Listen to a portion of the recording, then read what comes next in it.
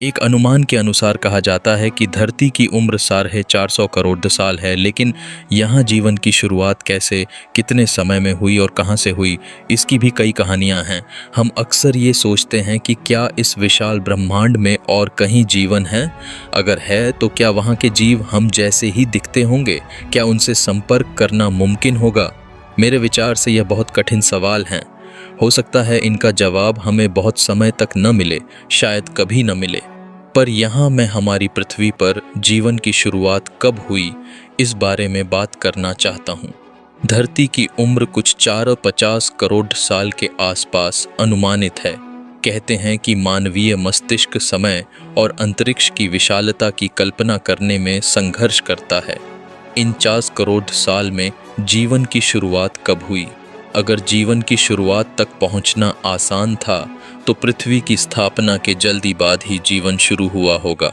लेकिन अगर जीवन की शुरुआत तक पहुंचने का सफर कठिन रहा होगा तो पृथ्वी पर जीवन शुरू होने में काफी समय लगा होगा। आज हम जानते हैं कि जीवन की शुरुआत लगभग 400 करोड़ साल पहले हुई थी।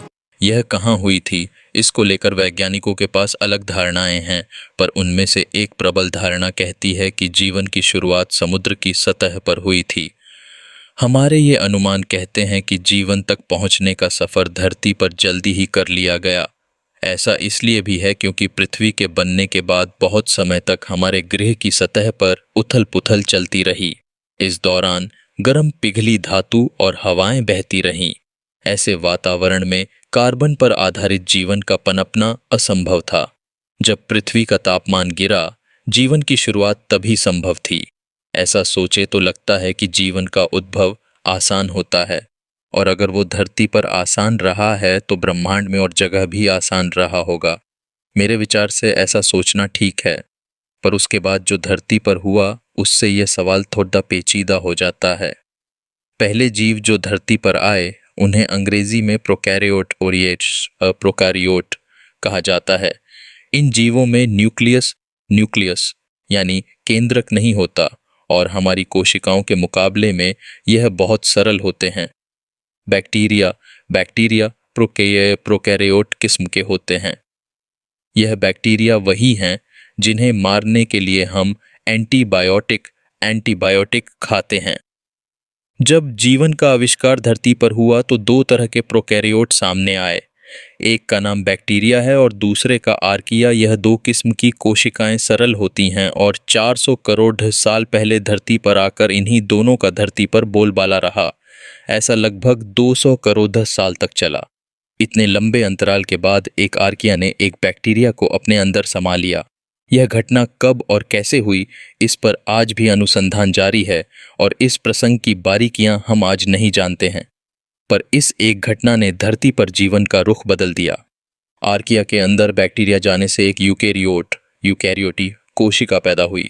हम अपने आसपास जितनी प्रजातियां देखते हैं, पेड़ पौधे, जानवर, पक्षी और हम स्वयं, सभी उस यूकैरियोट कोशिका की नतीजा हैं।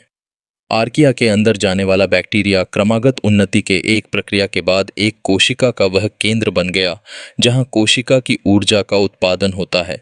ऐसा होना धरती पर जीवन के लिए एक बहुत महत्वपूर्ण कदम था। ऐसा माना जाता है कि इस एक घटना से एक कोशिका जितनी ऊर्जा थी वह बहुत बढ़ गई और उसी कारण से मनुष्यों जैसे जटिल जीवों का धरती पर आना संभव हुआ।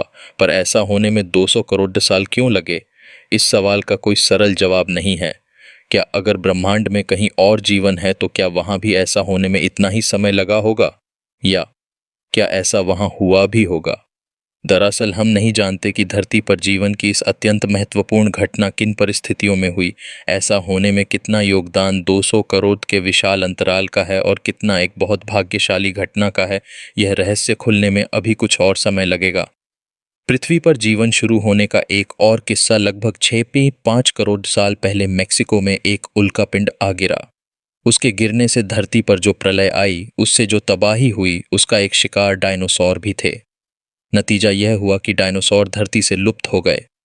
उनके लुप्त होने से धरती पर दबदबा बनाए रखने वाली एक प्रजाति गायब हो गई। इसी कारण और प्रजातियों को मौका मिला कि वह अपना प्रभाव जमा सकें। यह इसी हादसे के कारण हुआ कि मनुष्यों की पूर्वज प्रजातियां फल फूल पाईं और 5 करोड़ साल बाद हम धरती पर एक प्रभुत्व वाली प्रजाति हैं। उल्का पिंड धरती पर न गिरा होता तो मेरे ख्याल से धरती पर जीव